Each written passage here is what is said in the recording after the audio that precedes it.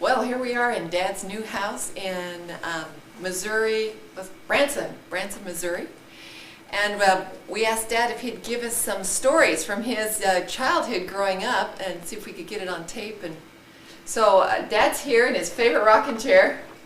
He's dying over this. So let's see, Dad, you were born 1922, right? Right, November 1922. November the 24th, Thanksgiving Day, 1922. Was that in Denver or Durango? Denver. South Denver. South Denver. My mother gave birth to me, and an hour later she got up and cooked the Thanksgiving dinner. Wow, they don't make women like that anymore. No, I was her fourth child. Wow, that's amazing. And Kirk said, or Steve, my oldest brother, says, "Mama, why do you have to have so many children?" And what'd she say? She says, "No, I don't think it's any of your business." That was Lemuel.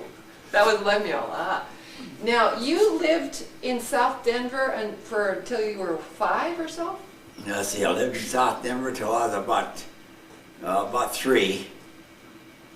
And then in 1925 or 26, Dad bought a farmhouse out in Nevada, and with I don't know, 10 or 15 acres of land, and we moved out there.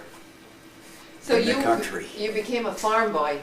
Yeah, we moved out there in the country, and we lived out there till 1929 when the Depression hit, and my dad didn't have any money to pay the taxes, and there was about 3 feet of snow on the ground, and my dad had bought a Chevrolet Touring for $15, and Donald was, I think Donald was 11 years old, and my mother and I sit up in the front seat where the manifold heater was, and Donald at 11 years old drove that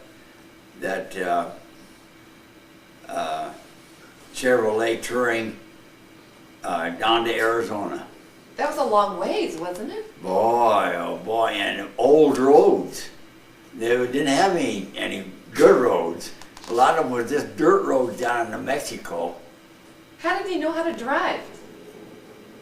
Dad taught all the kids how to drive the tractor when they was about 3 or 4 years old. I drove the tractor when I was about 4 or 5 years old. This is the tractor on the farm? Yeah, the farm. And Dad says, "Well, we got the kids, we might as well put them to work." And so he'd put me up on the tractor, and he'd start it and put it in gear and say, "Okay, you just steer it." And that's what we did. That's how we learned to drive. So by the time Donald was 11, he was pretty good at driving. He was real good at driving.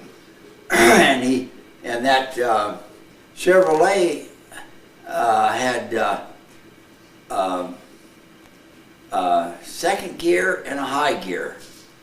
And then you moved it over and brought it down for reverse. And that's all the gears that old Chevrolet had. That was a 26 Chev. Just 2 gears? 2 forward gears? What? 2 forward gears? 2 forward gears and one reverse. Now, did you get any flat tires on the trip? No, we were lucky. But we had, Dad put 2 tires that he found in the scrap pile that fit this thing, and he tied them onto the rear of the car where the spare tire was, and we just hoped to heck that we didn't have any inner tubes to put in the tire because we didn't have enough money to buy inner tubes. My dad didn't, and so my dad went from $80 a month down to $15 a month. And my sister, she was only 15 and she got married to a fella, and my brother was 18 and he joined the Navy, and Donald drove the car with me and Mom down to Arizona. How long did it take you? I think it took us a week. Wow. But we couldn't go over it. The doggone car wouldn't go over 30 miles an hour. So where would you sleep at night? Well, Mama had enough money. She'd go into to these motels and give them a hard time as far as we don't have any money and my husband's out of work and we're headed for Arizona to live on the desert, and they'd give her a room for 50 cents. Really? Now that was in 29. Yeah. Heck, everybody was going broke. That's you know, right. the whole world was going broke. That's right. And anyway, that's the way we lived. So you got down to Arizona, and who was it you were going to see again? That was my father's mother's brother, That was Uncle Ernest. Uncle Ernest, and he was our great uncle. Wow.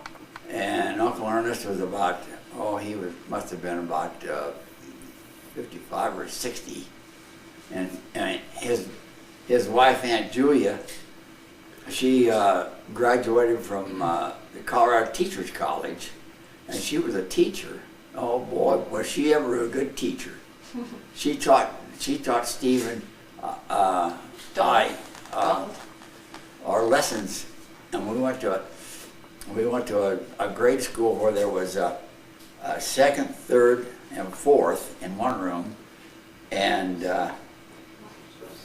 fifth and sixth in another room. And then if he went into the seventh grade, why he had to go down to Commerce Junction or Wickenburg for the sixth and seventh and eighth up to the 12th.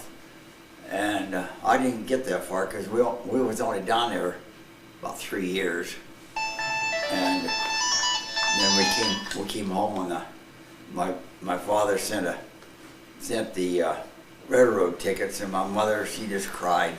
She says, I don't want to go home. I want to stay down here in this warm desert. And she had arthritis, and she didn't want to go home. But he called Uncle Ernest and told him, you get them on the train. She's got her tickets, you get them on the train. And that's what Uncle Ernest did. He took us down to the train station and put us on the train. That was about 1933? No. Well, yeah, I guess it was 1933. Because you stayed there for 3 years. About 33. So when you were down there, where did you live? We lived in a tent shack, but it was about a 10-foot square room, and we slept on army cots that my uncle had, and the canvas army cots. Yep.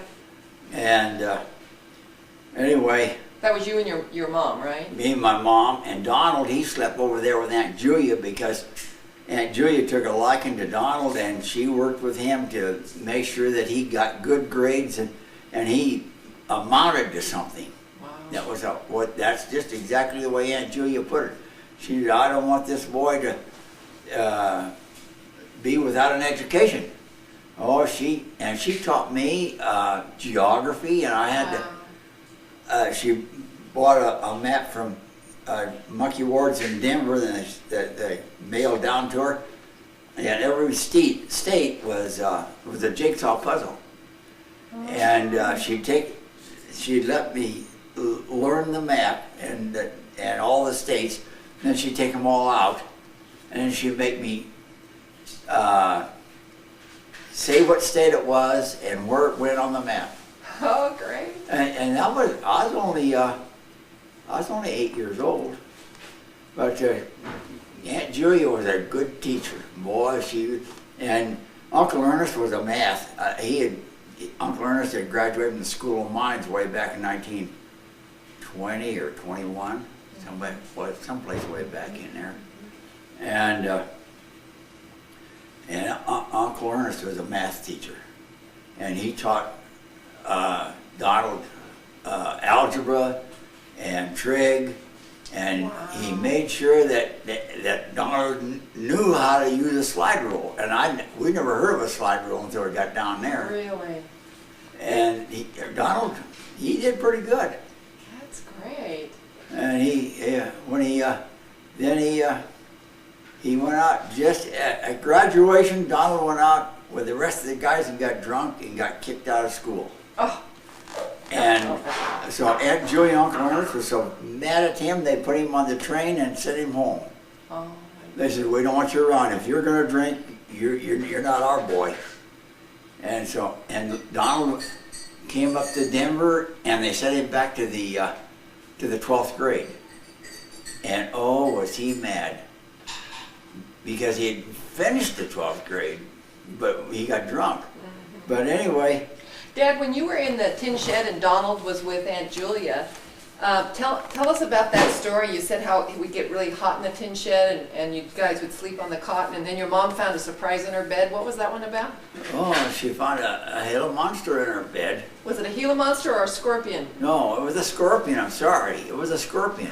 It had claws like that and big body. And my mother got up to put some wood on the stove, and she came back, and here's this scorpion laying in her bed. And she screamed, and I jumped out of bed. What's the matter? And I was only 9, probably about that time. And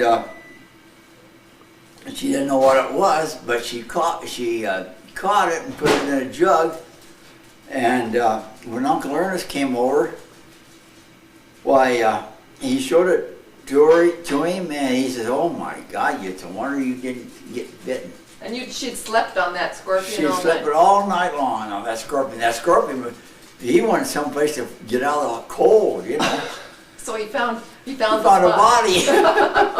Oh my goodness. But anyway, Mama was just scared to death over that. But she checked, made sure there were no helium monsters or anything else around it. But you see, that shack was made with 2x4s, and there was probably an inch or so of space between them.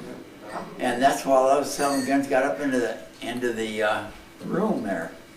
So you lived in this shack, and did it have running water? And No, Uncle Ernest would, on Saturdays, Donald and I would, Donald would back the truck over to the hoist, and Uncle Ernest would drop the bucket down and get 25 or 30 gallons of fresh water from the mine and haul it up and swing it over, and Donald and I would dump it into this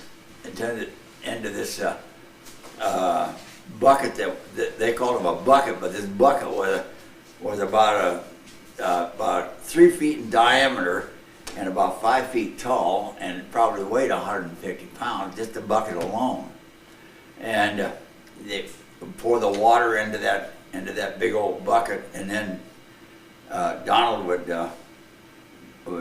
I'd ride along with Donald, we'd drive back over to the mine shack, and Donald and I had to dip this here water out of this bucket in the back seat and pour it into the water reserve tank. at your tin shack? Yeah, at the tin shack. And it'd take us all day to do that, but at Saturdays, Uncle Ernest and Aunt Julia, they were awful strict that you had to work for your money. And when we get through on Saturday, Aunt Julia give me a quarter and give Donald 50 cents, and I said, "How come Donald gets 50 cents?" She said, "Well, when you get to be 12 years old, you can have 50 cents too." But that's the way Aunt Julia was. She was very strict, very strict. So, what did you do for entertainment then? Rode donkeys. You rode donkeys? Yeah. How's that? We'd go up into the hills. You know, those hills was probably only, probably about 50 feet up, and we'd go up in the hills and find a 4, 5, 6 donkeys in the woods up there. Were they wild? In the wild, and we'd lasso them and tie them to a tree, and tie a rope around their neck to hold on to them, and then we'd get on that donkey and keep riding him all day long until he finally give out and he let us ride him. Oh my word! And that's the way we broke them. But then we'd ride the donkey back down. I rode my donkey back down to the shack where Mom and I lived, and they'd ride their donkey over to where they lived. They were Mexicans that worked down there. Their fathers worked in the gold mine that was out about 5 or 10 miles away from where we were. And anyway, they'd ride their donkeys to school, and I'd ride my donkey to school. And we'd put them we built a corral down at school, and there was other guys that rode their donkeys, and there must have been 20 donkeys in the corral all day long. And then we'd go out and get on our donkeys and ride them home. Whoa! So how long would you keep the donkey then? Would you keep him Oh, forever? we'd keep him until he got tired, and then we'd let him go. And then we'd go up in the hills and get us another donkey. But the donkeys were running wild. I don't know where they came from. My goodness! Nobody else does either. They just, maybe what I have figured out was they must have used those donkeys in another gold mine, and the donkeys would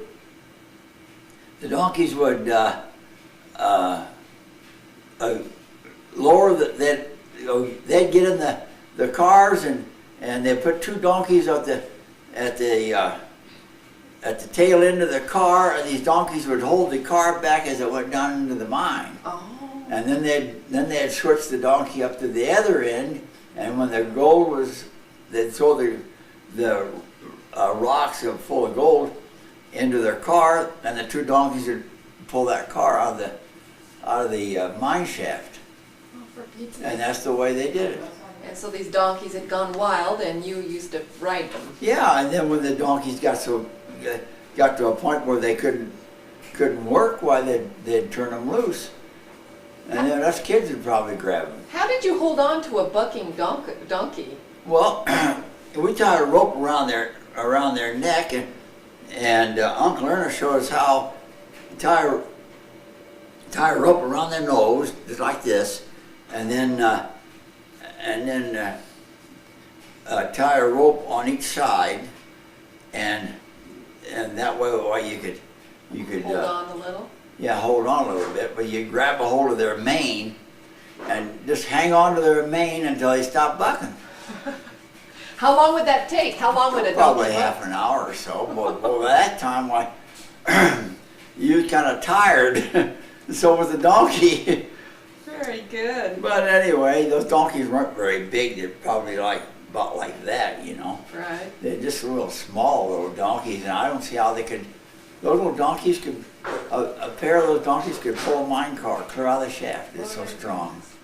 So that was your main source of entertainment then while you were down there? That's right. That Kept was you our busy. main source of entertainment. And then you left there, you said around 1933, and you went to Denver then? We got it. My On the father train? sent the railroad tickets down, and we got on the train in Congress Junction. The train was coming from Phoenix over to Wickenburg and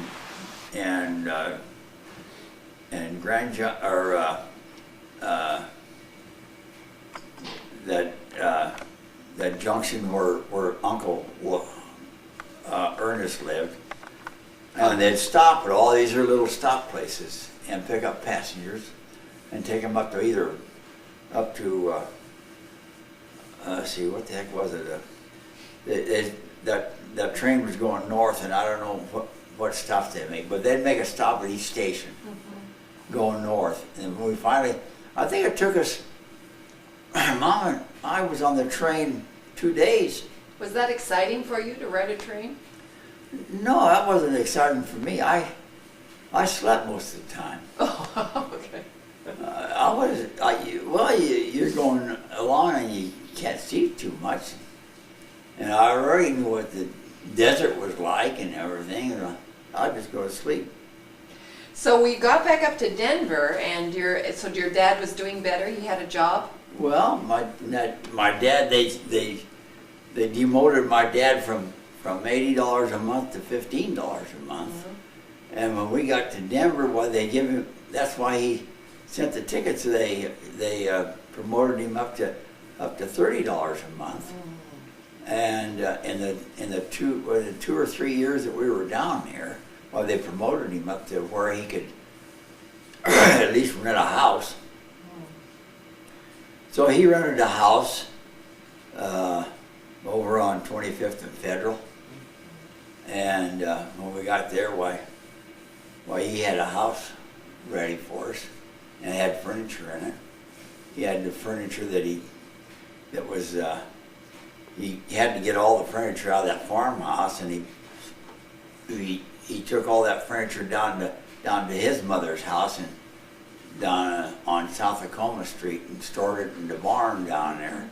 And then when he found a house, then he put the furniture on somebody loaned him their pickup truck, a Ford pickup truck, and he loaded the furniture on that and brought it over to Federal, the little house that he rented. And the house wasn't very big. It had 2 little 8x8 bedrooms. And then at some point he bought a house. What did he pay for a house then? So then, we rented that house in Federal, and then he bought a house over on 26th and Grove, and I think he gave $1,500 for that house over on Grove. That was the whole price of the house? Yeah. And, we were in a depression, Right. There's no money. It was amazing he could buy a house. Yeah, but he managed. My dad would the company didn't mind. My dad would work all day Saturday and Sunday down there at the breakthrough knocking iron, is what he called it. And he'd take all the brass piston rings out and take that brass down and sell it. And I think that brass was going for something like 15 or 20 cents a pound. And he'd take 200 or 300 pounds of brass down and sell it. These are old parts of a train. These are old engines that they couldn't use, and they junked the engine. Years ago, they just junked the whole engine. And your dad would work at pulling it apart. Yeah, to collect the brass. He'd take it all apart and take the crankshaft out and take a great big old sledgehammer and break that whole thing. Well, that was a lot of work. It was a lot of work. Now, what school were you going to at this time? I was going to when we came back from Arizona. I was going to the Boulevard School on 25th and 23rd and Federal. Okay. That was a 2-story schoolhouse that was built about 1890, I think that thing said on the thing. It had old type seats in there. Where did you go to high school? I've never asked you that. Well, I went to junior high, Lake Junior High School, over by Sloan's Lake. Uh-huh. And then I went to North High School, same as you did. North. Okay. Your mother graduated from North. Is that where you met Mom? No. I met your mother up at that Mormon church. We had the Mormon church rented the upstairs of a liquor store. Oh. And he made arrangements to rent it just on Sunday, Uh-huh. What location was that? Let's see, that was on the corner of Lowell and 44th in Denver. And there was that hall upstairs is just about as big as this whole thing here. Wow. And they used it for dancing on Saturday? weeknights and Saturday night you used it for dancing, and then the Mormon church rented it for Sunday Oh. for church services. So, And there was only probably about 20 people in there. mhm. There wasn't very many. And how old were you when you met Mom there then? Oh, that's a heck of a... That must have been 16 or 17. Now your mom was the one that used to go to church there? Yeah, she was the one that I was driving a car by that time, and she'd make me get dressed, and she bought me a suit of clothes and make me get dressed and go to church with her. And I met Levon and Lorraine up there. They'd go up there. I think they were the only two girls around. Really? Yeah, all the rest of them was old folks Wow. that was going to that church. And there was probably 2 or 3 teenagers is all. Mhm. And that was the end of that. That was the end of that? No, that was the beginning of that. But So- anyway, they moved out of that and bought an old house over there in North Denver, and made a down in the basement. The bishop renovated it and built stools down there, or they took some boards and put on some stools down there. What was the location of that church? Was that Hooker? Yeah, it was up in Hooker. Whereabouts in Hooker? Oh God, I couldn't tell you. Around 42nd, somewhere around there? Somewhere around there, somewhere around there. I don't know. That was 100 years ago. Yeah, that's a long time. I remember rolling on the grass as little kids. Yeah, that was down that hill. Yeah, that was a nice house, an old house, but it was nice. And it was a theater down. The guy was that lived in the house. He took him, made a theater down in the basement, and he'd have. Then he moved, but he died. I don't know how it happened, but he'd have.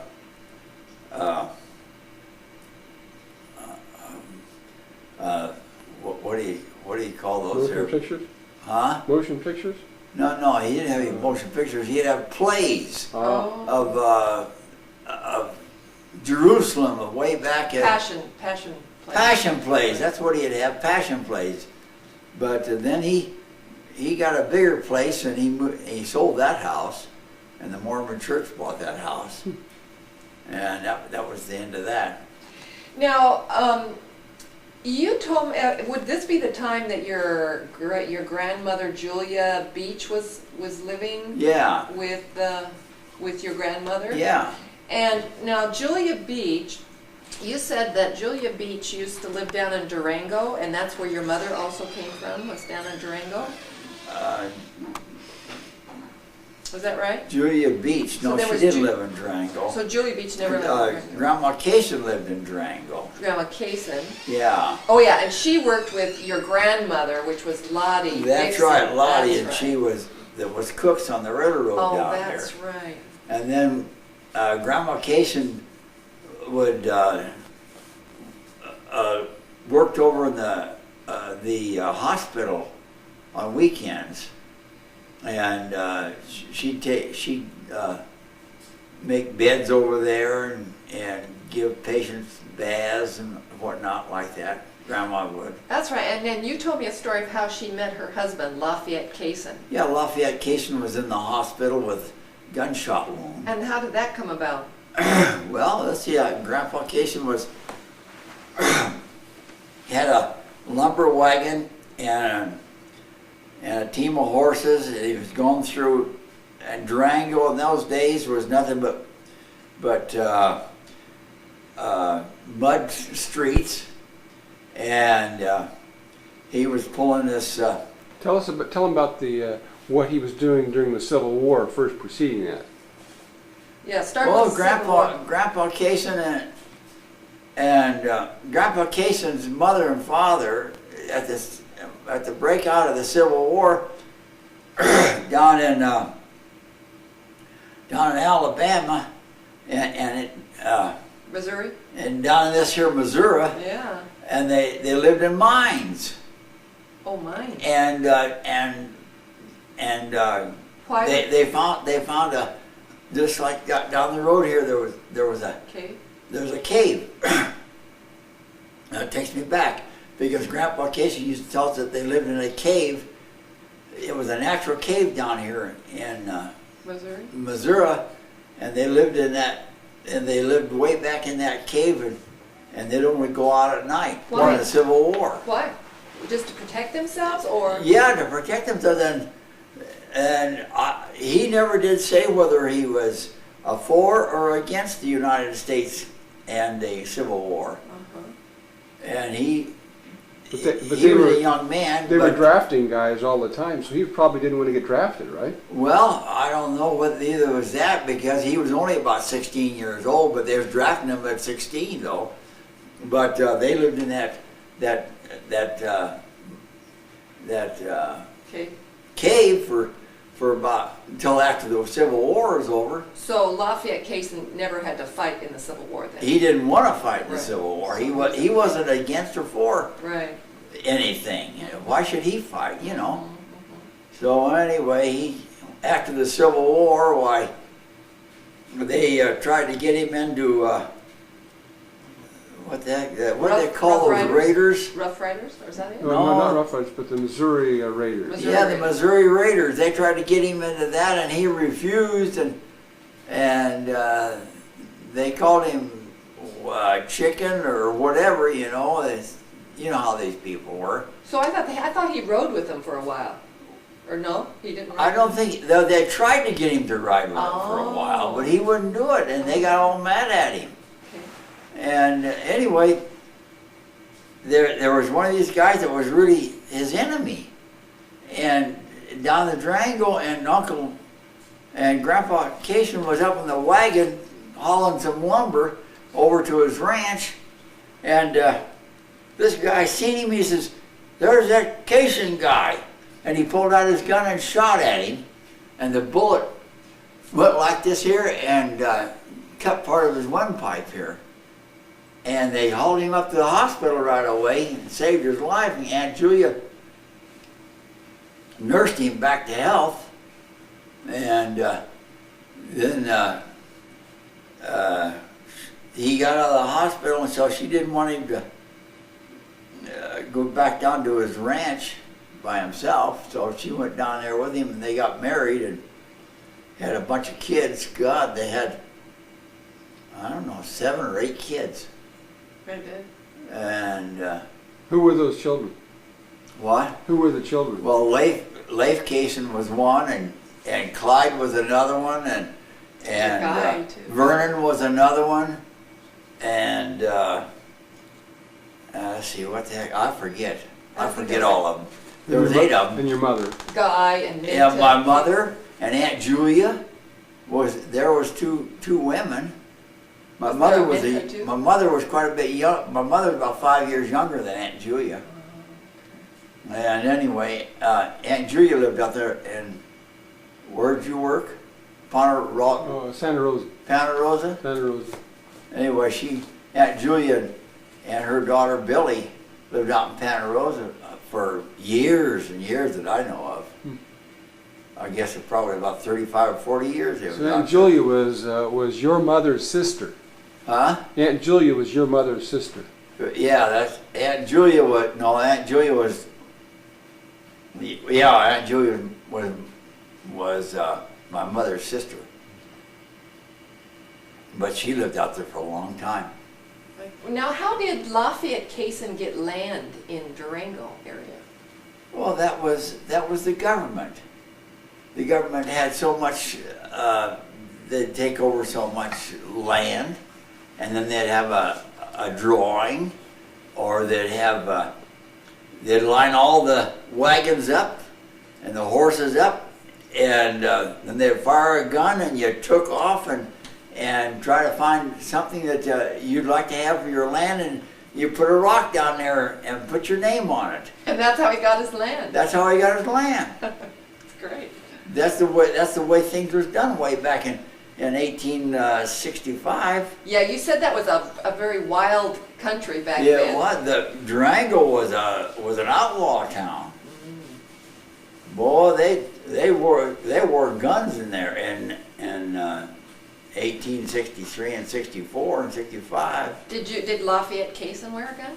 Yeah, my grandfather wore a gun all the time, and my grandfather taught all of his sons to wear guns. And you see, his sons were probably about 15 or 20 years older than my mother. And they, Uncle Leif, he tended bar, and the way they set up their bar, they had a old barrel here and an old barrel here, and they put 2x4s across, or 2x10s, or they'd get an old tree and lay across, and that was the bar. And that's the way they had, and then they'd draw beer out of a great big keg. Where'd they get their beer? They'd make it. They'd make their own beer? Sure. My dad made his own beer for years and years. They taught him how to make beer, and they taught him how to make whiskey. And when he was 10, 11 years old, why, he was making beer and getting $2 a jug for beer, and he was getting $4 a jug for whiskey that he made. But he was only 12 or 13 years old when he was doing that. But that's how they made a living. But Dad, he made his own beer. I can remember my dad making his own beer out there in Arvada. That was quite the business back then, wasn't it? Yeah, boy, he made good beer. It was about, I'd say, I don't know, 9 or 10% beer. Us kids used to go out, go down in the potato cellar.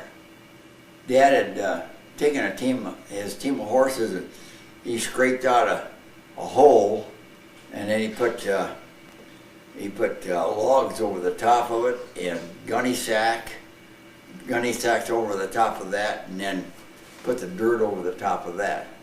And he'd put his beer down in there. And who's scratching at the door? I'll see. Somebody's scratching at the door.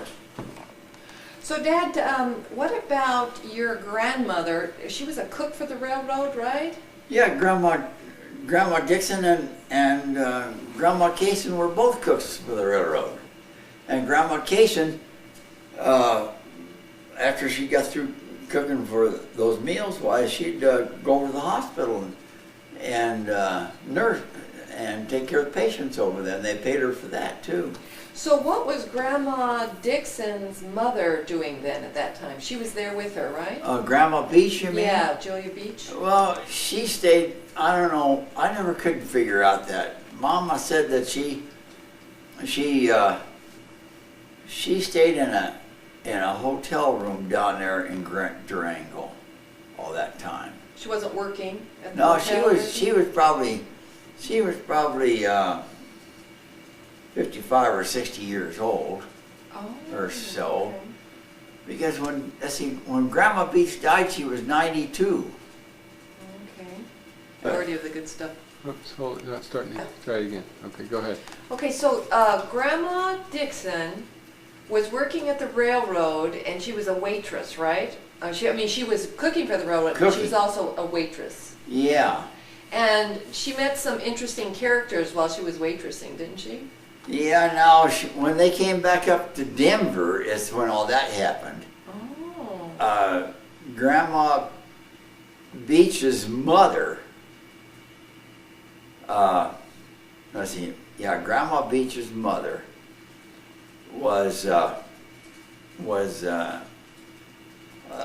managed a motel down by the hotel down by the Union Station. Oh, that was in Denver.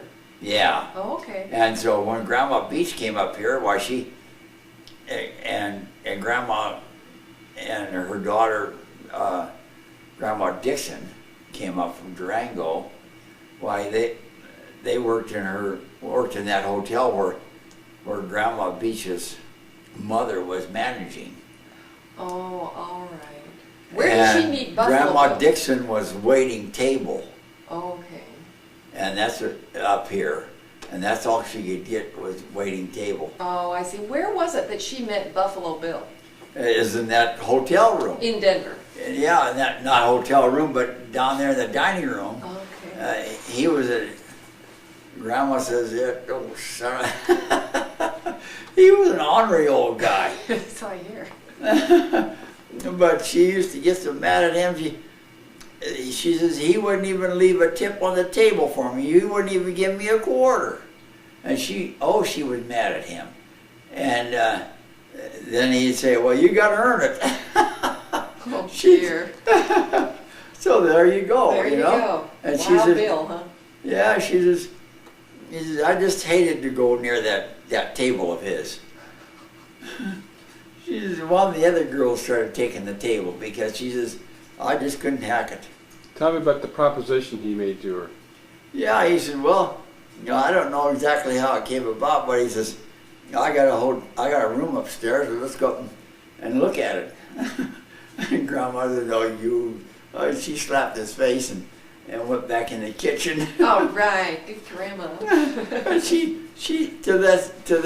her dying day, I believe she hated that guy because he was so ornery and mean. Yeah, interesting. But she met him. She met the Buffalo Bill. Yeah, well, Buffalo Bill was a wild horse. You know, he was a buffalo hunter. Right. But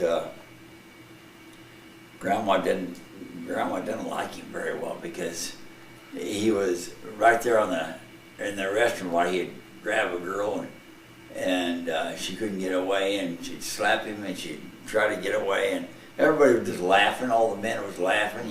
They didn't have any law way back in 1860, 1870, something like that.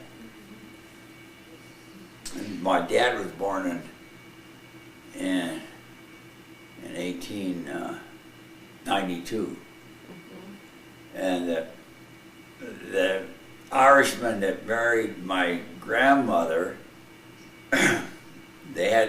she had the old man. She was pregnant with the old man, and he couldn't find a job, and he just left, and she didn't know where he went.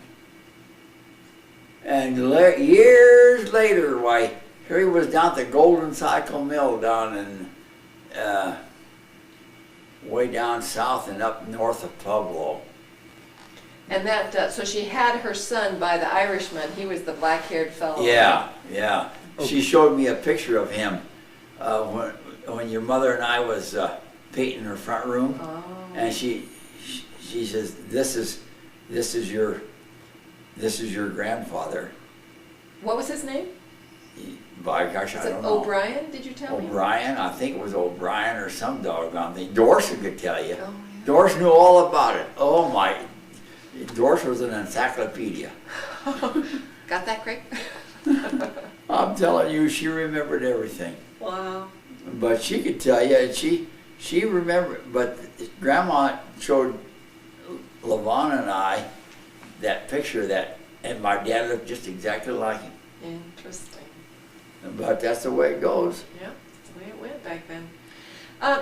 Dad, one thing that I wanted to ask you about your life, because I was so young, I can't remember, when you married Mom, well, I wasn't even born, obviously, but when you married Mom, she told me that she was playing the guitar and singing with someone, and I can't remember, was that on a radio program or just with a group of people? Oh, she took the guitar lessons from Wells Music Company. Okay. And she'd go down to Wells Music Company, and the teacher down there, he also used the students as a band. Oh, okay. To teach them to coordinate all their knowledge, Okay. And Mom played. Let's see, what the heck do they call that? That kind of. Acoustic guitar? Steel guitar? No. Well, she played the steel guitar. That's very. Well, steel strings, but it was called an acoustic guitar, wasn't it? Yeah, she played a mandolin. a guitar like this, you know. Yeah. And she was in the rhythm section of the band Oh, okay. because there was I think there was 2 or 3 other guys that and your mother that played in that rhythm section, and the rhythm section was right next to the drums. Somebody else played drums, but your mother played in that band for 3 or 4 years. Oh, okay. That was... That's how she learned to play the guitar.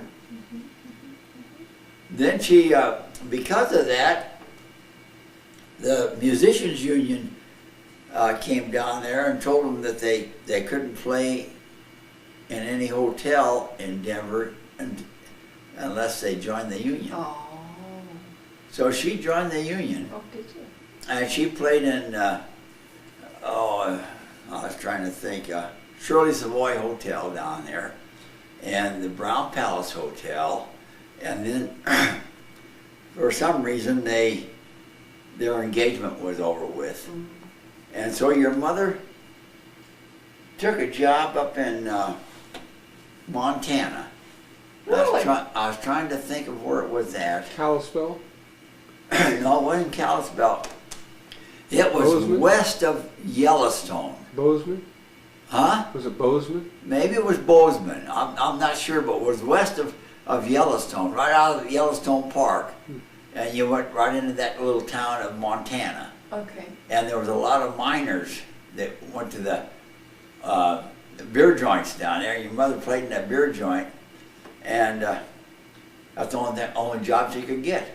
And anyway, And you were married to her at this time? yeah, Kirk was, Craig and Steve.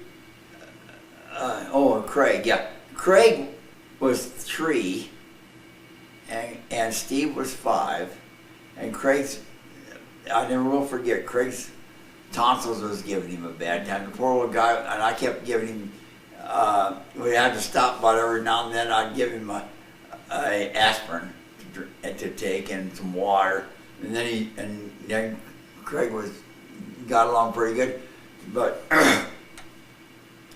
let's see, when we got up there, Grandma Loveless went along with me. And this was to pick her up, right? Yeah, I went up there to pick her up. She was going to come home on the bus, and I told her, I said, well, I'll see if Grandma will let me use her car. So I agreed to take them along with me, just to get to use her car, you know. Okay. And Grandma paid for all the gas and oil in her car, Oh, nice. and paid for the motel room. Oh. And they were having a ball themselves, you know, getting out of Denver. Anyway, I must have some photos then. And Steve and I went with. Yes. Okay. yeah, Steve was on 5, and Craig was only 3, and then you was. And when we come back, well, you got pregnant. She got pregnant with you, and you were born about a year after she came back, you know. But anyway, that's the size of that. Oh, I didn't know all that. Interesting. I have some pictures that I don't understand, so that's amazing. She sang up there I guess she was up there for all one summer, and then it started getting cold up there, and she decided to come back home. And you took care of the kids for the whole summer? No, my mother did. Oh, Nana did. Yeah, and that's where Steve and Craig were, well, they're just 3 years old, you know, and Steve was 5, and my mother took a liking, for some reason my mother took a liking to Steve, and she'd keep Craig in the house. And Dawn. No, that was later. That was later. She did that. That was later. But she'd keep Craig, and Craig would get and Craig you didn't like my mom very well, because she kept him in the house all the time. And she played favorites. She did. Yes, she did. All She the played time. favorites. You're right. Yeah. That's the word for it. She played favorites. Anyway, Steve and Craig was awful happy to see Mama. Yeah. Oh, so she didn't do any more professional singing after that? No, we came back to Denver and she just let her union card lapse because she didn't do any more. And she just, she would keep going down there to that Wells Music and getting lessons. I think she took guitar lessons for 3 or 4 years. She could still play, she could play and sing, and that, I guess they liked her up there in Montana, wherever that town was. You said it was Brosma? I don't remember. But anyway, they liked her up there, and they were sorry to see her go, but she said, "Oh, I got 2 children, I got to take care of them." Yep. Now, you finished your you've passed your high school exams after you were married, right? Or was that? I dropped out Was of that the GED school because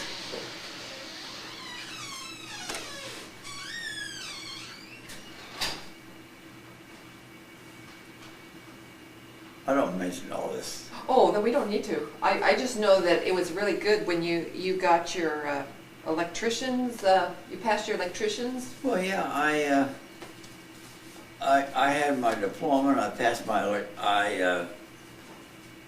I just remember I you was worked working really at the hard. I was just working at remember. the Denver Post at the time. Oh, okay. It was Denver Post, and then you. And I studied like, I was working on the graveyard shift all by myself. And I studied like mad. And I'd write all over those rolls of paper. Whoa. And doing all my math on all those rolls of paper and making diagrams. And it was interesting as heck because at least when I came home, I went to bed.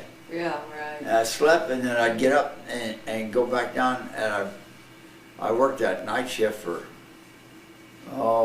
probably about a year or so, but I got my journeyman's license. Yeah. And then Hans and I went in business, and As an electrician. we got our contractor's license. That's great. And then Hans got sick, and What did he get sick with? he got shot during the war, and they couldn't take the slug out of his spine. Oh, geez. They didn't have enough knowledge in those days to take the slug out of his spine, and that slug worked up. I heard it was shrapnel. It was shrapnel. That's what it was, neck. shrapnel. And it worked up into his brain, and he just one day he worked out there on 6th Avenue, and I forget what they call that now, or the Bureau of Reclamation. Oh, really? He worked for the Bureau. He was a draftsman for the Bureau of Reclamation, and he never did do any electrical work. But in those days, all those guys out there, all those draftsmen out there, went down to the city and county building, and they had a letter from the United States government letting them take the test. And they couldn't do anything about it because the United States government in the letter told them if they didn't want to let these here men take their examination, they would cancel all work from the Denver County. Whoa. Well, what are you going to do? You're going to back off? Say, sure, come on, we'll give you an examination. That was to become an electrician? Yeah. But he So never was an active electrician. He wasn't an actual electrician. You did all He the was work. a draftsman. Oh, I see. That's all he did was drafting. Oh, interesting. When he came back from the war, he was he couldn't hardly do anything because that shrapnel on his back. Yeah. So, how long were you in business with him? Oh, about a year, and then he got sick, Okay. and Then it became your business alone? then I just took it over. Yeah. And so that was the end of. And then you worked that business for a few, I can't, how many years did you work that business? Oh, I had that about 4 years. Okay. And then 55, it got so, things got so rough Got bad. that everybody had a license, and you couldn't even get enough contract for enough money to pay for all your material. Is that when you traveled to? Then I somewhere? joined the union. Oh, you joined the union then. Okay. Yeah. Now, well, let's see. To begin with, let's see. Where was the union sent me out? They called me a white ticket. I didn't have a union member. I had my master's card, but I didn't have a union member. And so they sent me out. What does that mean, a union member? Huh? What does that mean, a union member? It means you join the union. Oh, so but a white ticket was somebody that didn't belong to the union, but they was forced by the United States government to give them work. Oh, I see. Oh, because you were a veteran. No, that veterans didn't have anything to do with Oh. it. They could, like the electrical federal credit, or like the union, the electricians union in Denver, they could not tell you couldn't work. Everybody had a job, and if a non-union person went in there and asked for work, they had to give it to them, or the government would come in and shut down the union. So it was just a policy of the government that everyone had a right to a job. That's right. It was the government, the Congress made the bill. I got a book. And so you were the white ticket that was non-union that needed work. Yeah. Okay. And I went down there, and they sent me out to Collier Electric, and I found out that Everett Collier, that owned Collier Electric, he hated the union. And so they put me down. There was a welding, Collier Electric had, let's see, he owned stock in a company down there on Evans and Platte River, and they had a welding shop back there, and they was doing a lot of government work. And he owned stock in that company, and they sent me down there with another electrician that belonged to the union. And there was two other electricians down there that was white ticket, didn't belong to the union. Okay. And anyway, that worked for Collier. And so after about a year when I was down there, while I was working there, why, I was pretty sharp. I was taking that ICS course, and I was pretty sharp on the electrical stuff because of that course. That was a good course. Mm-hmm. And so I took the,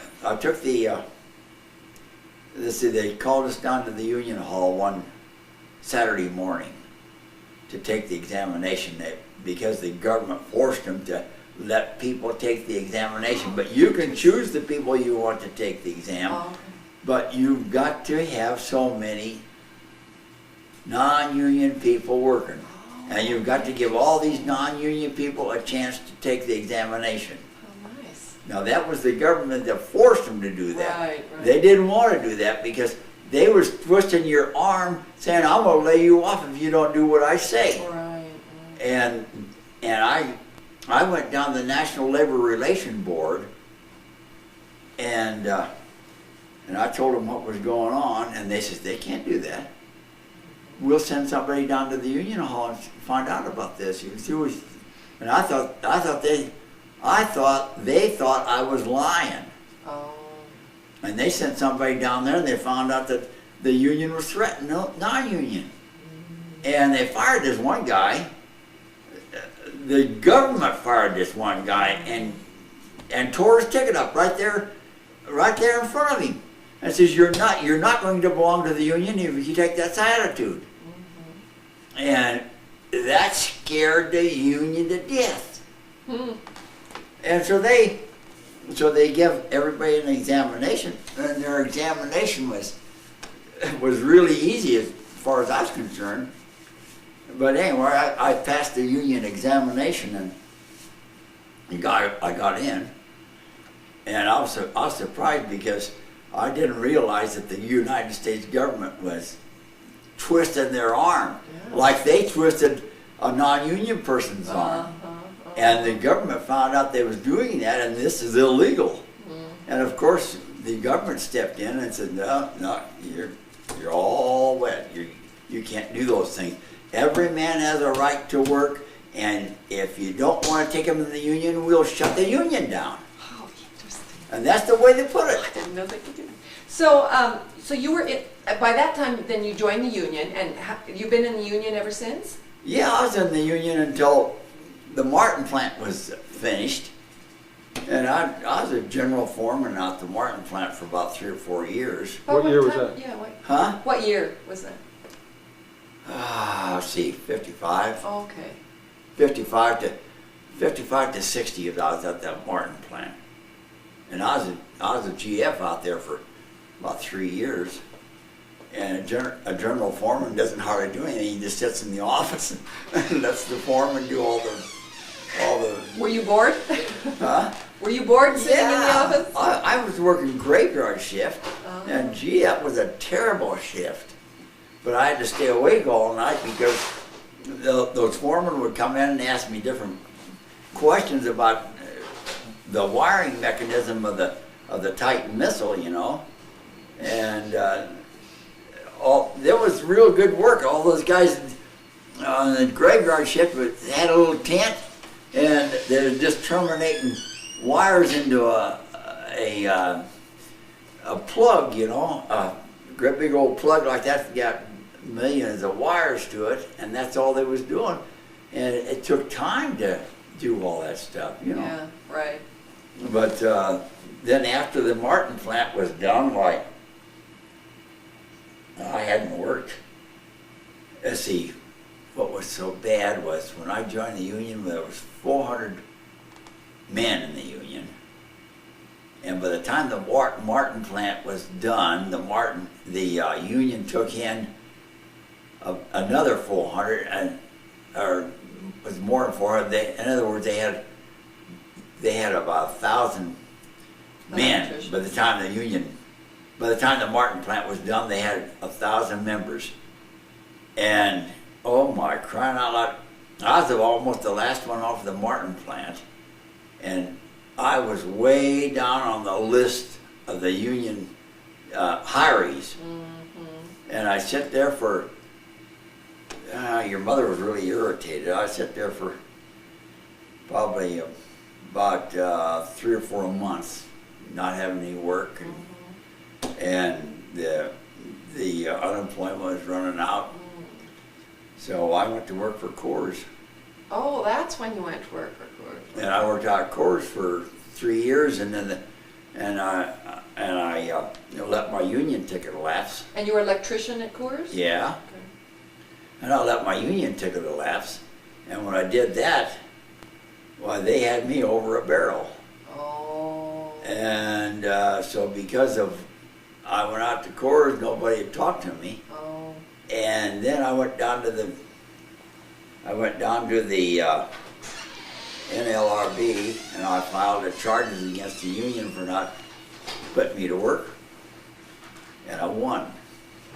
Whoa. And so they sent me out to Reliable Electric, and Reliable Electric was run by a Jewish family, and the union hall didn't like them. And I thought, well, I might just as well stay here. And I worked there for 10 years. That was a good job for you, as I recall, wasn't it? Yeah, I made a living for the family. And, Right. It was pretty steady work. yeah, it was steady work, and Harris Steele, he was a pretty. Everybody said that Harris Steele was he was terrible, but Harris Steele was a New York Jew, and that wasn't his name. His name was Silverstein, And he changed his name from Silverstein to Steel. to Steele, so nobody knew that he was a Jew, but everybody knew he was a Jew. You could just look at him and tell he was a Jew, or the way he talked, he was a New York. You could tell he was a New York Jew. But anyway, I just stayed there, and they gave me an old service truck, and I wore that out after about 3 years.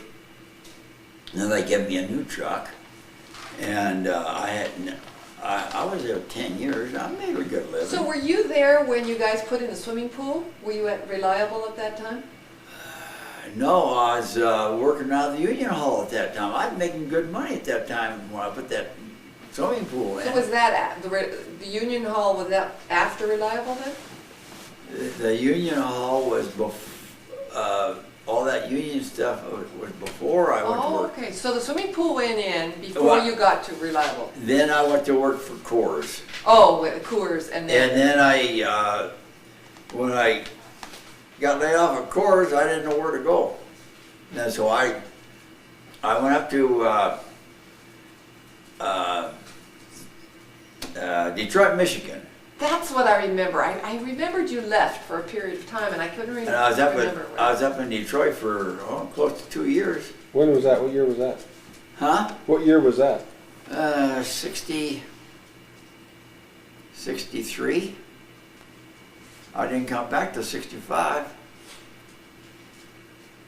And but I was making a good living. I said to him, I was doing good because up there, those guys up there in Detroit, what a lot of Denver guys was telling, you ought to lay this guy off. He worked for Coors, and these guys says, Coors, gee, I drink Coors beer all the time. I got the biggest kick out of that. And they just laughed at him. They laughed at the 68 guys because they said, boy, I like Coors beer. I think I'd go to work for Coors too. So they didn't make any points for that. Oh, that's too funny. And I says, oh, this is the guy that keeps razzing me about working at Coors. And they says, well, what? And then they started asking him, how come you don't work at Coors? And he didn't have a comeback then. And they laid him off. And I don't know whatever happened to the guy, but I never did. He was one of the guys that kept telling everybody up there that I worked at Coors, and everybody says, boy, I like Coors beer. I'd work for Coors too. And they had those union guys up there in Michigan had a different attitude than the union guys here. And that Larry Farnan was a business agent, and he was making a name for himself. They put him. They made him manager of the 8th district, and he was manager for the 8th district.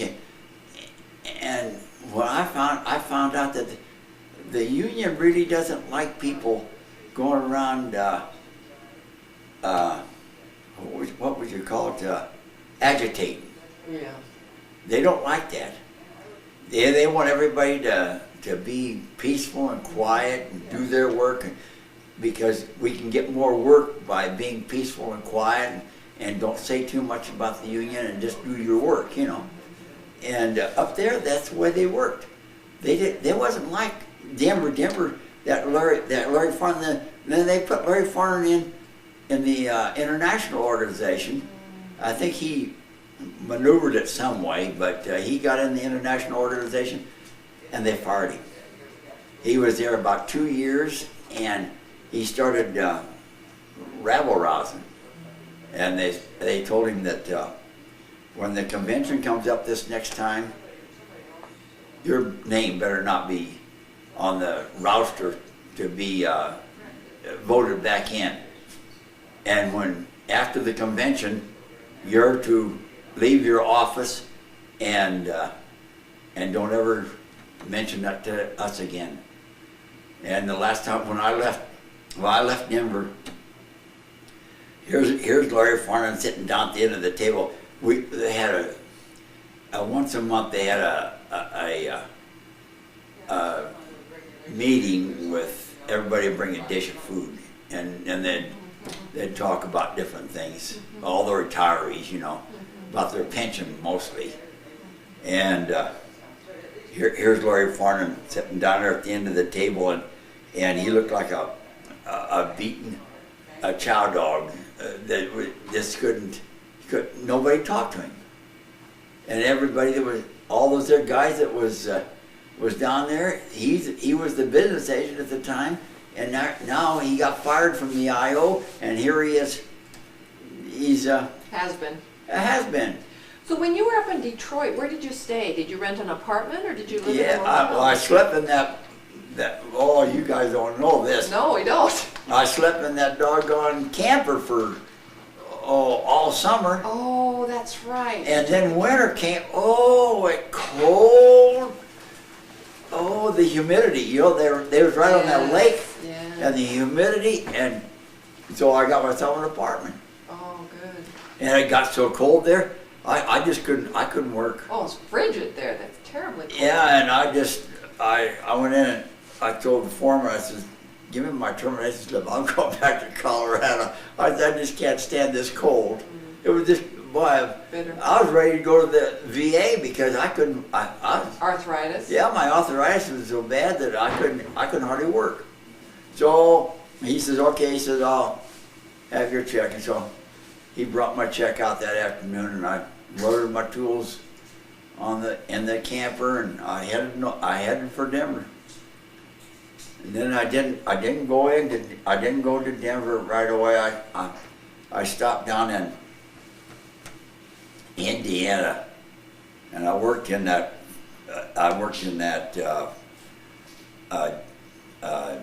diesel battery plant that General Motors owned. And I worked down there for about a month or so. It was still cold. Did you get lonely up there, Dad? Yeah, you get lonely. Well, what? 2 years away. That's a long time, huh? Yeah, boy, there's nothing to do except maybe go over to those guys' house. They'd invite me over for Sunday dinner or something like that. Those guys were really nice guys up there. I liked them. I kept in touch with them for 2 or 3 years after I left there. Yeah, they'd send me Christmas cards, and I'd send them Christmas cards, and they were really nice people. I liked them all. So when you came back, who'd you work for then? When I came back, I couldn't get a job. They wouldn't send me out of the union hall. So I went down to Colorado Springs, and they sent me out to they was building that Colorado Springs. What do you call it? Air Force Academy? Huh? The Air Force Academy? No, it wasn't the Air Force Academy. They was building that thing in the mountain Oh, yeah, the where they have all these satellites clear across the world. right. Oh, that was down there. Okay. And the Colorado Springs is still down there. They remodeled that son of a gun and everything else, but that's what's protecting us because Colorado Springs is checking all the satellites clear around the world. And you were working down there? Yeah, I worked down there for 6 months or so. 6 I'm driving back and forth from Denver to Colorado Springs. Oh, my Boy, goodness. it takes On the it takes weekend, an or- hour down, an hour Oh, back. every day you were driving? Every day. Well, the 68 wouldn't put me to work. I was going to go to work. And then,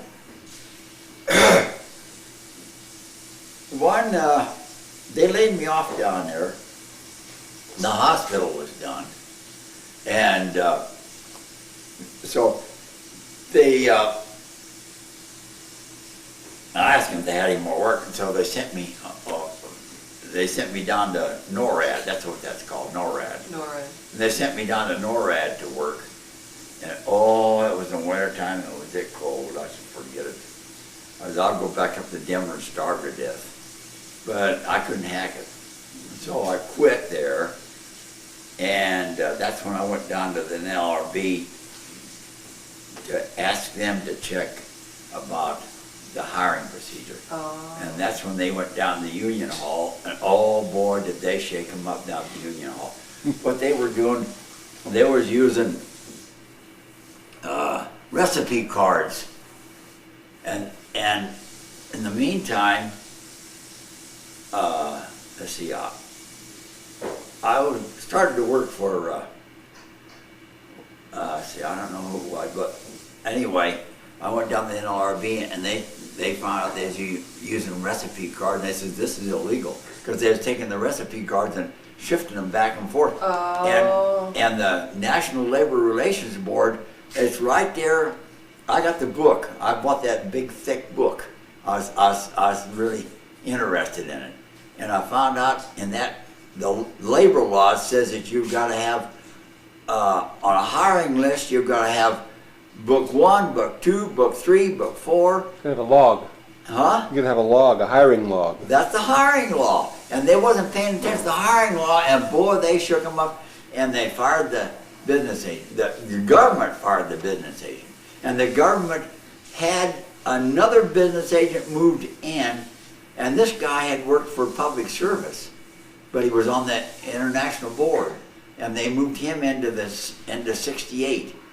And I was down there that night, and he stood up on the floor and went up to the roster, and he gave his name. He says, I've worked for public service for 15 or 20 years, and I managed the union hall in public service.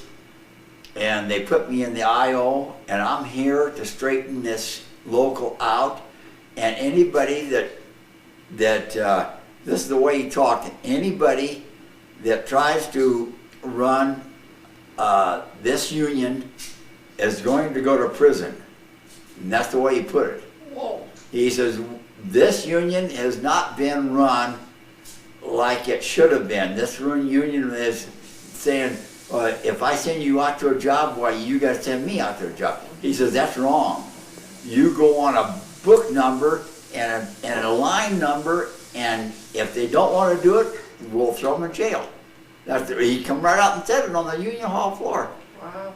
And so that's what they did. They went by and when I went down there to check in from Reliable, they had book 1, book 2, book 3, book 4, and 1 through 100, and that's the way they did it. And they had to go, if you was in book 1 and page 1 and line 1, they had to send you out whether they liked you or not. And I thought, boy, this is great. But by that time I'd gotten in the union. But you were the person that started everything rolling. If you hadn't made the complaint, it would have continued going on. Well, everybody was afraid to, and I took them to the national. A couple of years before, while I belonged to the union went down to the National Labor Relations Board because the contractor wasn't doing what they said, and the National Labor Relations Board fired the business agent, and I didn't know this. And then Larry Farnan got in there, and Larry Farnan was twice as bad, and they fired him. But the National Relations Board kept their eyes on Local 68. They was watching them because they says that we've had a lot of complaints about the way Local 68 was hiring people and firing people. But that was, I thought, boy, oh boy, this is probably the best thing that ever happened to me, because if they try to pull something like that on me, I'll just go to the National Relations Board and let them take care of it. Boy, they frowned on the way. There was one concrete union out in East Denver. They was putting up tilt-ups, that they make them on the ground, and then they haul them out and put them up. And this union was dynamiting these son of a guns. And the United States government stepped in, and they sent all these here guys to Leavenworth. did away with the Union and sent them all to Leavenworth. Wow. Boy, they was really strict with them. But I didn't realize that the NLRB would do things like that. There's the story that you told me that I think the kids would enjoy hearing about, and that is when you were down in Congress Junction, there was an incident where one of your friends was on a burro, and there was a snake incident. Can you tell about that story, about the snake that was on a ledge? And kids would always be careful anytime they rode their burros too close to... Oh, I remember that. Yeah, tell them that story. Oh, yeah. Was out in the desert, and this big old rock, and here's the rattlesnake nest up in that son of a gun.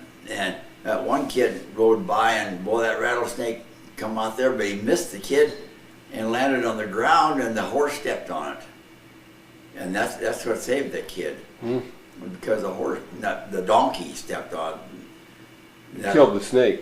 Killed the snake, yeah. But if the kid rode too close to the outcropping there, the snakes would actually leap Jump out out and shoot at them. Then, huh? Yeah, they would. Yeah, but mom bought me a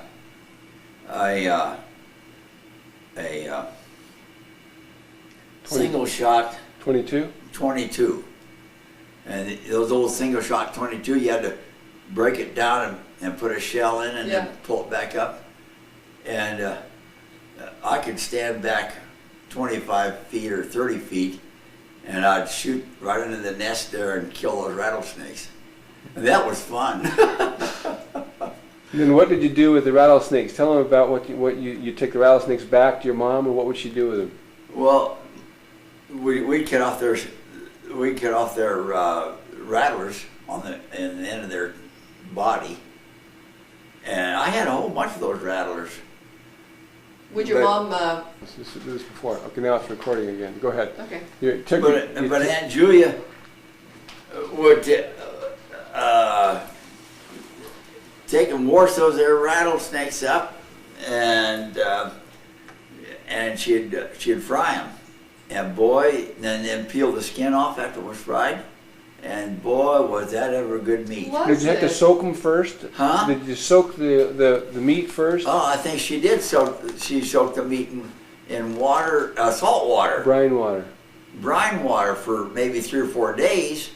Huh. And then she'd fry them up with like potatoes? Yeah, she'd leave their skin on and put them in the frying pan and fry them up just like anything else, and then you could peel the skin off And eat the when you meat. eat it, and then the meat tasted just like, it was white and tasted just like chicken. Oh, good. It was good. So she didn't fillet the meat, take the meat off the bones. She just fried the whole snake. You fried she cut them up in pieces. She cut up maybe 6 or 7 inch pieces and fry them. But then Mom got to doing that, and it worked out pretty good. And Julia taught Mom quite a bit. So you had a gun that you could shoot by the age of 10? Then you were about 10 when you had a gun? About 9, I guess. It was, that was Uncle. I think Uncle Ernest bought it for Mom. But that was just a little 22 single shot. So what other stories do you have regarding the 22? Any other stories? No, I used to shoot rattlesnakes all the time. That's what I used it for. And then what about the cactus? Did you ever eat cactus when you were out there? Aunt Julia would cook cactus, yeah. What kind of cactus would she cook? Oh gosh, those are Prickly pear? Those barrel cactus. The barrel cactus. Barrel cactus. Yeah, you know those big Yeah. barrel cactus? And they have arms that come out like this? Yeah, well, in 1930 and 1920s, there was no law against it. They passed laws, what was in the 40s, Oh, did they? that you couldn't touch, anybody who caught cutting a cactus down would go to prison. Really? That's how stiff the laws are today. Wow. Because those there cactuses became extinct, you know. But what did you do with what did she do with the cactus? How did she prepare them? We're just taking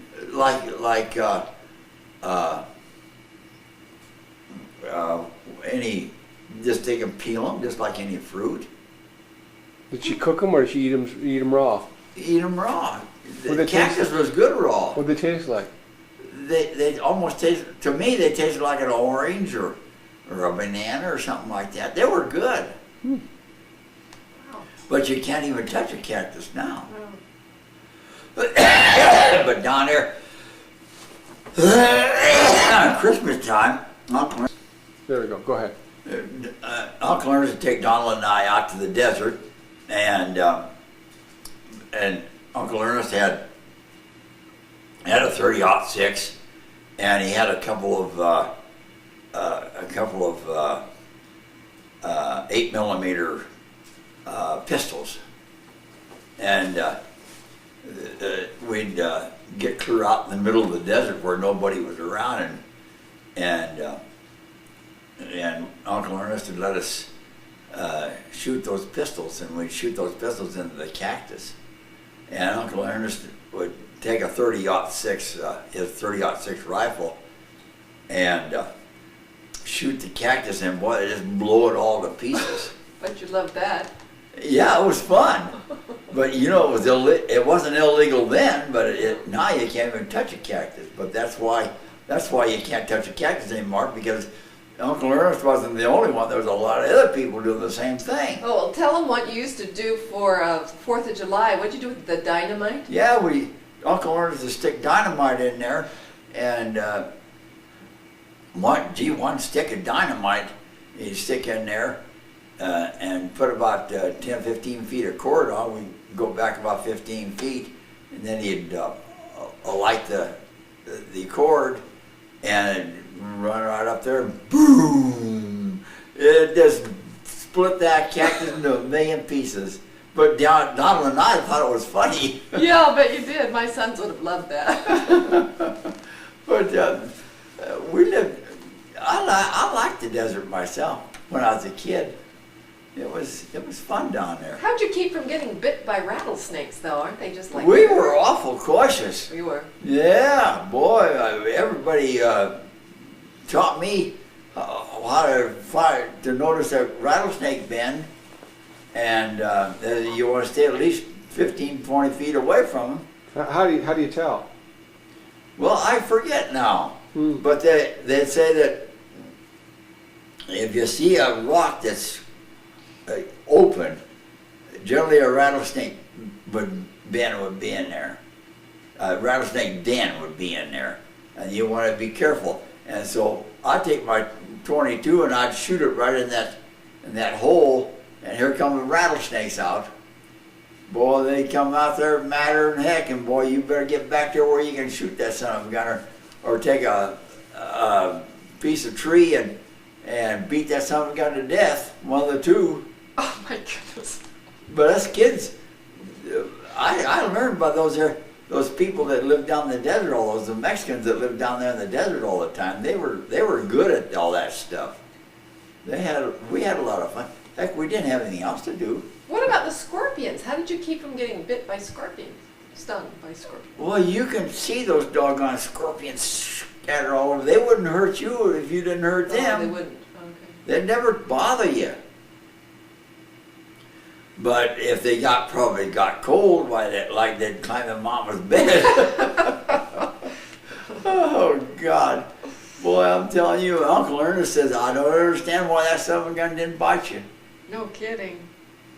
Wow. But then he took 10 and put across all the cracks and nailed the 10 down. Oh. And that stopped any bugs from coming in. Oh, that's smart. Him and Donald, they worked for, they must have worked for 3 or 4 days of putting 10 strips down. And the way Uncle Ernest, he'd take coffee cans and everything like that to get the 10 and unroll it and hammer it down to the floor. Really? Huh. So it was like a cheap form of carpeting or tile. Yeah, that's right. But he had all kinds of tin. Wasn't it for the cracks? Didn't you say? Yeah, tin for was the cracks. But From the you wall. know, From the wall to the floor. a coffee can would give you probably about 2 feet or maybe 15 or 16 inches of tin. And then you cut it in half and put it down. That's why you were so inventive, Dad. You were always making interesting things at home. I guess. I don't ever remember that. I don't ever remember making interesting things at home. I do. You were always making something. So what other memories did you have that are fond memories or exciting or scary or interesting for kids? Memories? Yeah. I don't know. Do you remember any Christmas that was really good, or Well, what your family yeah. would do down there for Christmas? Well, we didn't have any money. I know. And Christmas was just another day, that's all. Monday. You didn't ask for anything, and because Mama didn't have any money. Right. She had $15 to last a whole month. Wow. And then sometimes Dad wouldn't have enough money and he wouldn't send her any money, and then Aunt Julie and Uncle Ernest would bring us groceries over. They was awful sweet to us. They were.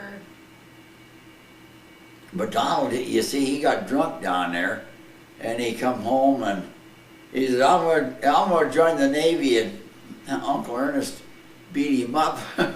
So he didn't join the Navy, he came home because he lost they wouldn't give him his diploma because he got drunk. What was it?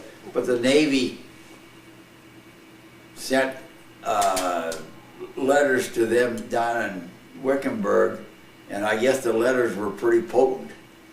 If you don't send this boy's, what do they call it, grade average Well, to us, why, we'll have to go to the Supreme Court. And when you start doing that, well, you get scared because you could go to jail. And they was doing things illegally. You can't do that to children. so they sent it up, huh? They sent his diploma and everything else. And the Navy gave Donald his diploma. He got his diploma after all. But then, thanks to that diploma, why the Navy sent him to college. And he went to college for 4 years down back in Virginia. It was in Virginia or someplace back in there, to a regular college, but sponsored by the Navy Department. But the Navy Department had several colleges where they sent guys to school to get their degrees. What was school like for you in Denver? Because you talked about Aunt Julia helping you down there in Arizona. It was terrible. What were the school systems like? I didn't have anybody to help me because Mama didn't have enough knowledge. So you had a hard My time. dad didn't have enough knowledge, and I just drifted, that's all. You know, They didn't have any special help either at high schools then, did they? oh no, they didn't give you, they told you that you had, then what I did, I remember in the junior high school, they gave us a book, and they said they're going to question us on all the chapters in the book. And so what I did, I sat there, and one night I went through all the tests at each end of each chapter. Then I went back through, and I matched the paragraph that would go for that particular question. Oh, wow. And then I just turned them in. At the time the teacher asked me, I'd turn it in. And I had them all. When I was a kid, I had them all done. Yeah, Julia was pretty smart. She taught us how to do that. That's good. But Aunt Julia she taught Donald a heck of a lot, but she took a liking to Donald. She thought he was cute and smart, and her brother, Donald, told me that house that Aunt Julia and Uncle Ernest lived in belonged to the oil company that owned the property. The mining company? The mining company owned all that property down in Arizona. They had several big gold mines down there in Arizona, and they owned that house. And and they bought Uncle Ernest a generator, and from Monkey Ward's, and Uncle Ernest set that generator up, and it had fruit jars for power storage, and then you came off of the fruit jars, and you could light lights in the house. It was all Really? DC. Oh, for Pete's sakes. That was pretty neat. That was before they had AC generators, and that was a DC generator, but you had a DC light bulbs too. That the agency, the mining company furnished. So mining was a big industry back in that time. You mentioned Yeah, many back of in your the 20s ancestors. and 30s, the mining was where they got all their gold. But you see, they went down to South America to mine gold, and they went over to the Far East to mine gold, and they started mining oil. That's when they started, during the Depression, they started mining oil and shipping it back to the United States. And U.S. gasoline was only 8 cents a gallon. And if you had the 8 cents, you'd get a gallon of gasoline. I remember when it was 10 cents a gallon when I Yeah. had the Model A. Yeah, but down there in Arizona, it was 8 cents a gallon. When I was a kid, that's what Donald paid for gas down there. But then we came up here, I guess it was 10 cents or 12 cents. But when I was a kid, right after I got my driver's license, down by my father's foundry down there was gas going for 12 cents, and if you got uptown someplace, well, there was 16 and 18 cents a gallon. But so I'd drive my dad's Buick down there and fill it up with 10-cent gallon of gas. He didn't know it. How much was a candy bar when you were a teenager in Denver? Oh, I think a nickel or 4 cents. But you have to remember that was during the Depression. Yeah. Well, no, when you were But a nobody teenager. had any money. Were you really when you were a teenager? Let's see. Well, when I was a teenager, it was Late 30s. the huh? late 30s. That still have the Depression effects. Oh yeah, I still had. My dad was. Well, they told my dad that the company sent him letters about Churchill being over here, and Churchill, the United States government gave Churchill a lot of steel, Oh. and then the Japanese, and my dad knew all this, but the Japanese was buying scrap iron way back in 1932 and 33, and they were taking it back to Japan and melting it down and making airplanes, building airplanes and airplane engines and whatnot. Japanese, boy, they were very intelligent. Boy, they were a heck of a lot. They were farther ahead. The Japs were farther ahead in industry than United States was. The United States was sleeping. Now, why did your dad know this about the Japanese? Because he worked in the scrap area? Yeah, he worked in a scrap pile. So he would put together some orders or something? No, he knew all the guys where he bought scrap. Oh, okay. He knew them, and they was cutting down on his scrap because they was sitting at old Japan. Oh, I see. And that's when he knew about it. And this was in 33 and 34 and 35.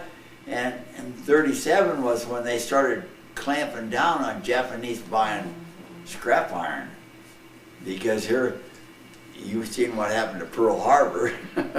Thanks to us giving them the scrap, and they've thrown it back at us. Now, your dad, he didn't fight in World War I, did he? No.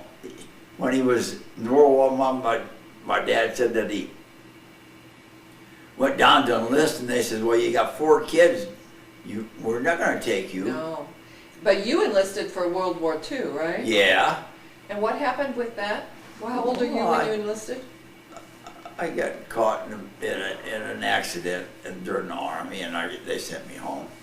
Oh, the injury to your back. Yeah. Tell them what you did over in England, though. That was kind of interesting. Huh? Tell them about England, when you were in England before you injured your back. Well, the English roads were just like wagon trails, and that's the way it was. That's where you got injured, was in England? Yeah, we was going down this. They was ordered to evacuate the camp that we had because I guess it was getting pretty close to dropping bombs on it. So about 10 o'clock at night, they got everybody out of bed and said, "We're moving out, moving out." So I was in a Jeep, and this kid was driving. He missed the turn, and instead of going this way, he missed the turn and went over this rock, and the windshield was down on the Jeep. And all we had was those little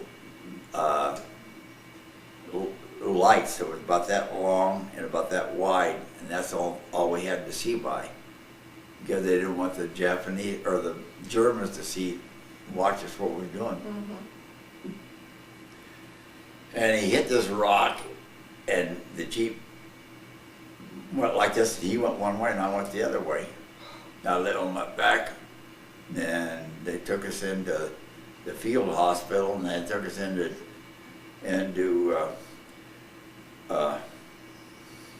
London to the main hospital. And what did you do to your back? What happened? Well, I cracked some vertebrae, and they couldn't operate. They didn't know how. They put me in, had weights on my legs and weight right under here, and they stretched me out. Traction. And that's all they did. They For said, how long? "We can't do anything. We don't know how to operate on backs." For how long? Well, I was that way till they put us on a hospital ship and sent us home. How long were you in the English hospital? Oh, I was there about 2 weeks. They had more guys going in. That's something more casualties going in there than they could handle. What So part put of us your on back? right down through the here, right from right here down to there. Oh, okay. From And the they middle of couldn't your back operate. down to the They smaller didn't ones. have enough knowledge to operate. And you broke several vertebrae. I cracked them, yeah. Oh. And so they just their whole method was just stretch you out and let it heal, and that's what it did. And when I got home, they discharged me. Didn't your unit ship out to go to the front after that?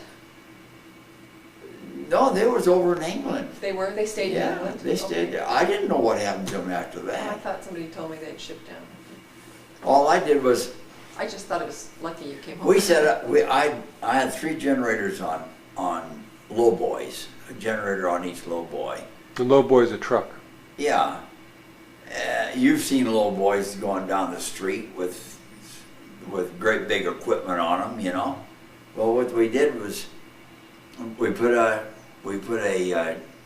gas engine on the front and one little generator to ignite the field,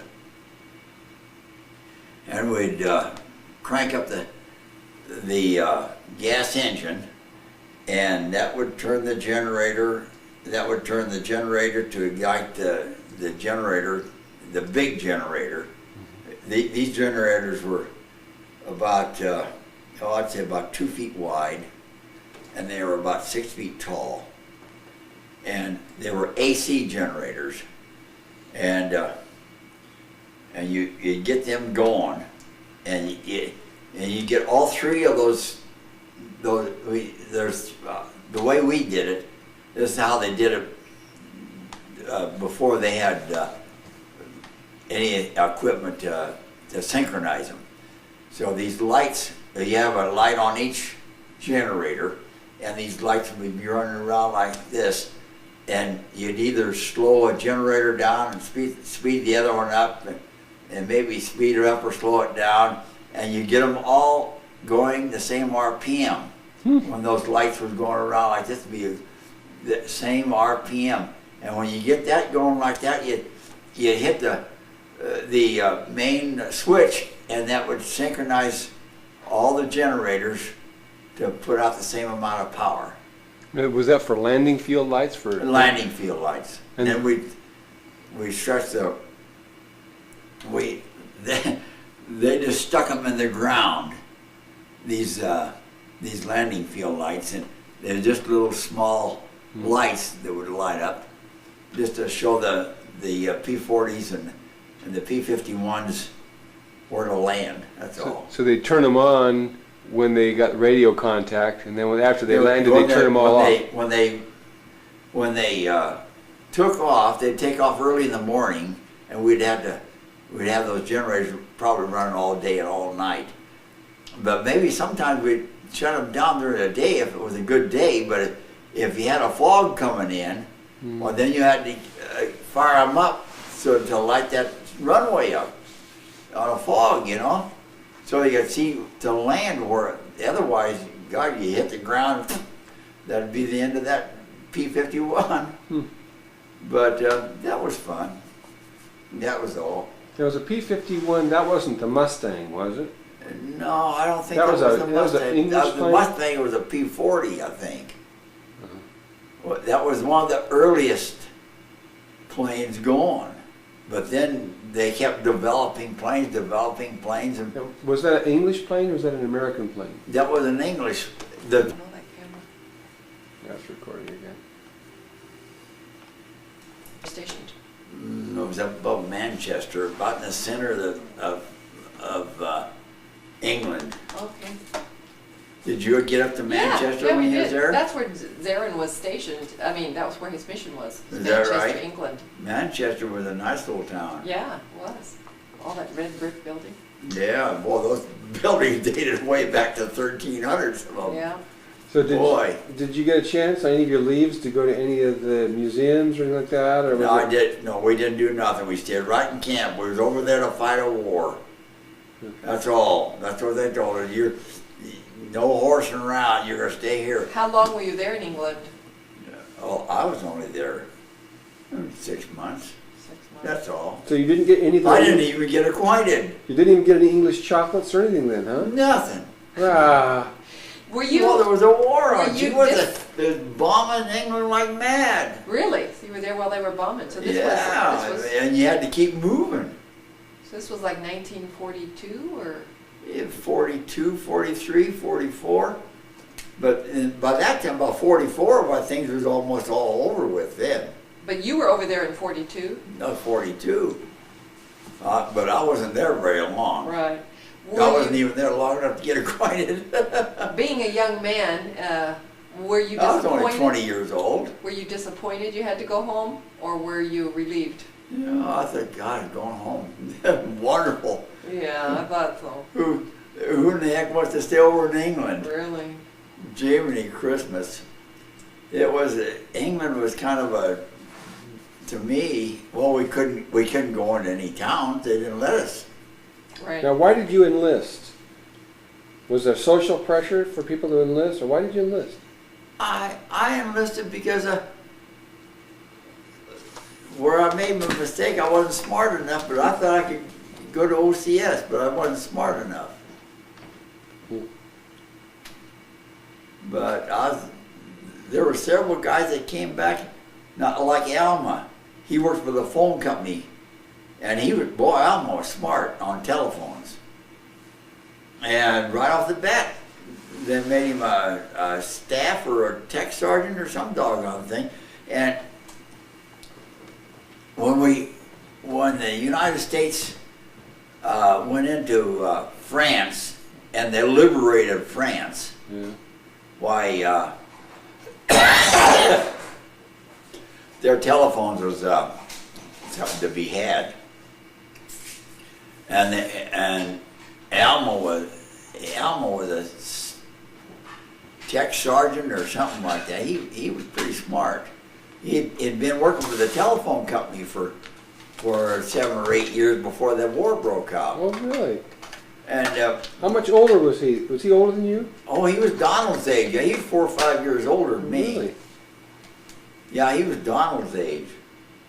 But he he as soon as he enlisted, they made a sergeant out of him. He was so smart on telephones and communications. Now, his parents were polygamous, weren't they? Yeah, he was He was born. raised in Mexico or something? Alma was born and raised in Mexico, and they didn't come up to Utah until I don't know when. I don't know. I don't know anything about Alma. Now, did he and Lorraine marry before you and Mom? Oh yeah, they was married a couple years for us. Beforehand. Yeah. But as a kid, I remember that Alma. Let's see. He was always they never had any money. They were always behind the eight ball. It seemed like we had a higher standard of living routinely. Well, Or was that true? I That's just a don't kid's know. perspective. I don't know. The Alma. He was a foreman for the Western Electric. Western Electric. Yeah. Yeah, he was a foreman, and he should have been making quite a bit of money. I don't know anything about their livelihood. I know that Levon used to go out there with groceries, and I give Alma a lot of my clothes because he didn't have an overcoat, and I don't know anything about him. But the Whipples were something. I couldn't understand the Whipples. And I don't know. I don't know why. You see, he just came back from a mission when he met Lorraine, Hmm. and he was 4 years older than me. I remember Mom said that was one of the hardest things in her life, to have her twin be taken away to Utah. That was really hard on her. Oh, yes, it was. They They were- lived in Levon and Lorraine and Mrs. Bacon lived in poverty. That's just the way they were raised. And Mrs. Bacon's husband, she divorced him because he had a girl down in his office all the time. He slept in the back of his office. Now tell us about him. Tell us about I old don't Doc know anything Bacon. about Doc Bacon. You told me a story once about Doc Bacon. What was it? Old Doc Bacon smoked cigars, and Doc Bacon told me a story one time about during World War I, before he was drafted, before 1916 or 1917 or sometime 1916 or so. He was a young man, and he came from Texas, and he went up to Utah because there was work up there. There's starting to build army bases, and he went up there as a carpenter to build army bases, and he told me that he bought a couple of cars and made taxi cabs out of them. And old Doc Bacon and here he is, 16 or 17 years old, and he was pretty smart, but he made taxi cabs out of them, and he made good money on those taxi cabs. And this was in Ogden, Utah. Yeah. And he made good money on those taxi cabs. For a kid, he was pretty smart. Then he went into World War I, Then he was drafted into World War I. and I understand he was a hero of a regiment for pulling out artillery. He was 6'4" and weighed about 285 pounds. And he was a big guy. Oh man, he was a big guy when I knew him. But in World War I, they had those big guns on wheels, and this command carrier would haul these cannons down through the field where they would transfer, And anyway, the cannon got stuck in a pond or some doggone thing that they tried to cross, and he was real mad at those lieutenants because they was always giving the enlisted men a bad time, and tell them, well, I'm going to send you to jail if you don't do what I tell you, you know, and that's the wrong attitude to take. But anyway, this cannon got stuck in the, and the guy got out of stood up on the seat and reached down and disconnected the cannon from the command carrier. And they went on with the command carrier, and then they stopped it, and they got all these soldiers down in there reaching on for the wheels, you know, and there was wagon wheels basically. They didn't have any tires on them. They're just thin rams, you know, just wagon wheels. And old Doc Bacon, he got in the back of that son of a gun that was stuck, and he lifted it up and gave himself some hernias. And they didn't care about him. And he says, I think I got a hernia. He says, I'm having a hard time. And so they finally sent him to a hospital, and they operated on him in the hospital over there in France. And I guess they sent him home. I don't know too much about Doc Bacon. But they sent him, he was a disabled veteran. He was discharged as a disabled veteran. Now tell us about when he got out of the service and he had got through his dental school and how he got through. DU had a dental school in those days in 1919 and 1920. And so they sent him to dental school, DU dental school. And then when he graduated, he graduated close to the top of his class, and he and two other fellows opened up a clinic up in the Republic Plaza building. It was about a 10-story building. On Tremont Street. In Yeah. Denver. Really upscale. Yeah, and that was upstairs or upscale, and these kids evidently were rich kids because they had connections, you know. And old Doc Bacon says, that's not for me. And he moved down to the Loop. Of all the places that he got that room up there for an office for probably $10 or $15 a month. Now that was on Larmer Street. Where on Larmer Street? 18, 16? No. This was on Arapahoe and 15th Street is where the Loop was. The Loop, what does that mean? Huh? What does the Loop represent? The Loop represents the tramway. They had a big building like this here, and on this side they had the tramway would come into here and go out again and go back up 16th Street or 15th Street or 17th Street, and that loop was where all the tramways turned around and headed back out again. And why did he want the Loop? Why did he want to be down there? that's what nobody understands. They didn't know what Doc Bacon was thinking about. He could have been up there making all kinds of money, but he wasn't interested in money. He wanted to help people. And he'd do his dental work for $1.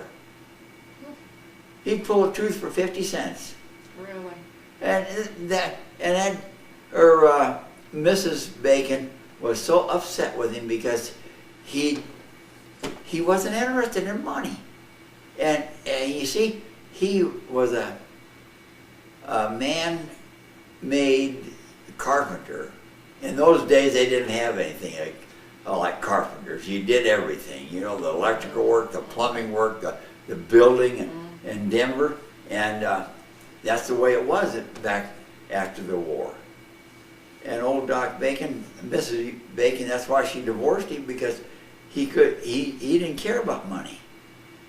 And so she divorced him, and she took her 2 kids, and he bought an old house up on 38th and Raleigh Street, and he fixed it up. And then he moved, him and Mrs. Bacon got wild, and he moved down to put a bed in in the back of his office down there on Larmer, or down there at the Loop, and he lived in that. Slept in that back room back there. And one time, when Mrs. Bacon went down there, he had a woman in bed with him, and she divorced him, and that was the end of that marriage. Old Doc Bacon, he was a woman's man, or a man's woman, or whatever you call him, but he loved his women. And Mrs. Bacon still, even though she was divorced, she was very cordial towards him all the time, and she ran his. Mrs. Bacon made all the dentures. She was good. She made all the. He taught her how to make the dentures, and she'd make all the dentures. Right there, they had that denture lab there, and it was just a little bitty thing, about the size of a kitchen. It was just a small area where she made all the dentures. But she was, and he'd furnish her with all the denture material, and she'd make all those dentures. He'd take a cut off of their mouth and everything, but she'd make those dentures. She was good.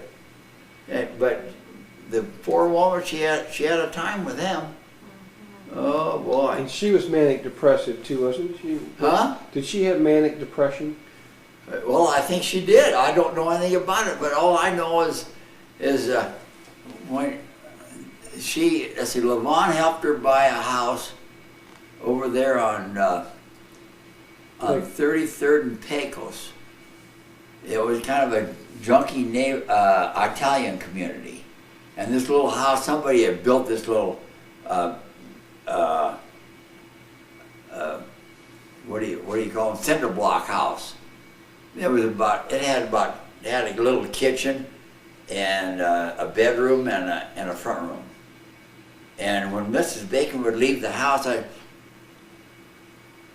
she'd take a string and put up there and run it down and wrap it around the doorknob and go on down, and she hooked a doorbell up to it. So if the door would open, it'd ring the bell. And she was terrible.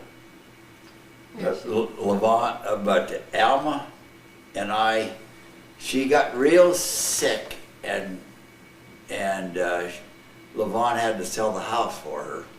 And Alma and I took Mrs. Bacon over to her parents' house. Oh, in Utah? Oh, in Utah. Was that like when I was 5 years old or something? I think so, somewhere around That's what there. I remember her leaving then. That was. Yeah, but anyway, we took her over in the middle of winter. It was colder than heck, and we took her, and Alma had an old Plymouth, and we put blankets in the back seat and made the back seat kind of like a bed, and she just jabbered all the time. I don't know what she was talking about half the time. And anyway, we got her over there to Utah to her folks' house, and then her folks put her in a nursing home. I thought that was Lorraine. Huh? Was it Lorraine? Yeah, it was Lorraine. Oh, I don't know anything about that. She went to live with Lorraine. I don't know anything about that, but all I know that we went over there one time, I guess when you was about 5 years old. And it was 1955 when I bought that new Ford. And we went over there to see her. Levon had to see her mother. And Lorraine said, well, she's pretty bad. And the Whipples lived about 40 miles away from Salt Lake City. What was it? What was the name of that town over there where they lived? Sandy? It was Sandy, Utah. Yeah, they lived over in Sandy. And anyway, they I don't know anything about it. Mm-hmm. It's probably good. But they had quite a problem. Dad, thank you for doing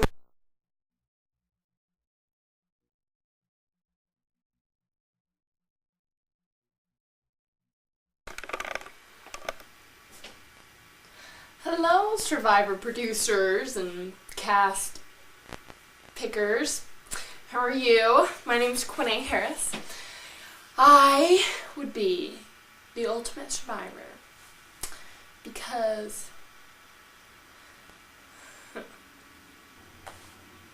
hello, producers and cast Survivor pickers. My name's Quinay Harris, and I would be the ultimate survivor because, well, I've been adventurous ever since I was little. I've done a lot of different things. I biked from Seattle to Montana in 6 days. I was 17 at the time, and I had to get back to work at taco time on Monday, so I only had 6 days to do it. And it was great experience, although during it I was like, what the heck am I doing? By the time I ended, I felt, I'm the champion of the world! And at the end, and with each passing year, I just feel like it was the better and better trip. I don't know.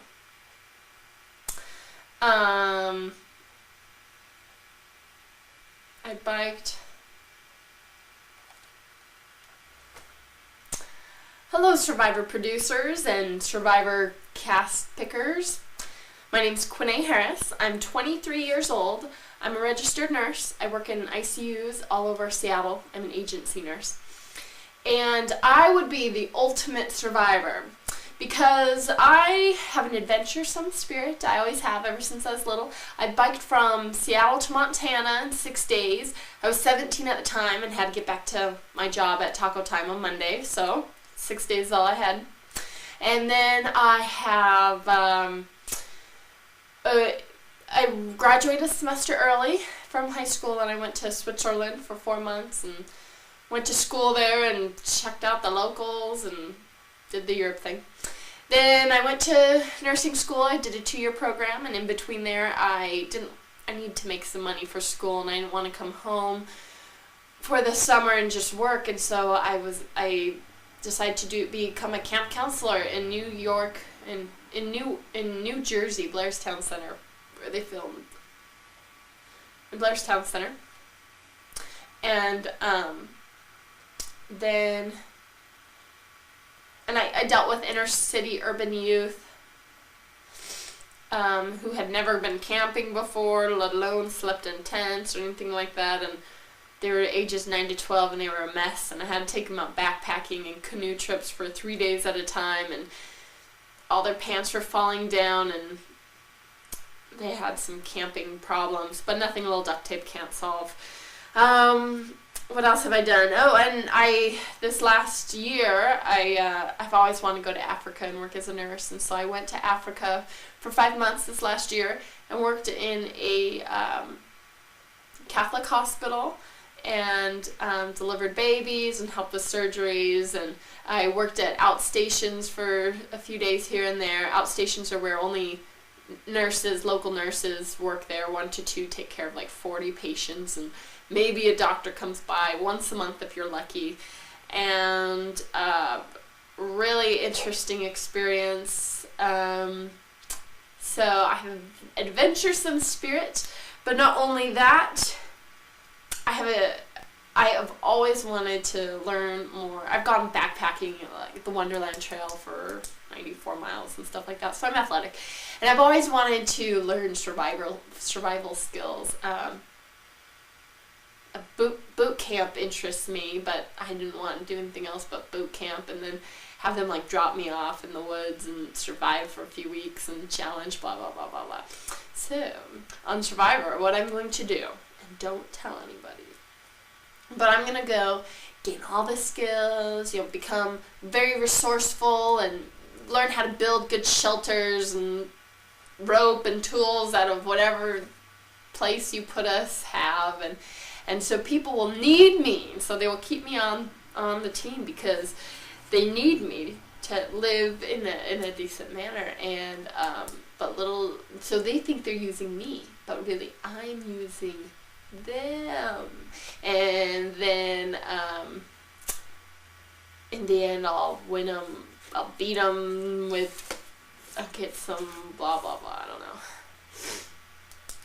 Now why you want me is because, on your survival team, your survivor cast, you need the mean, gruff man and the overly athletic and competitive female and the older guy and the older lady, and then you need, this person who is skanky and's got a raunchy mouth. But then you also need, and I don't know if you've had it yet, but a good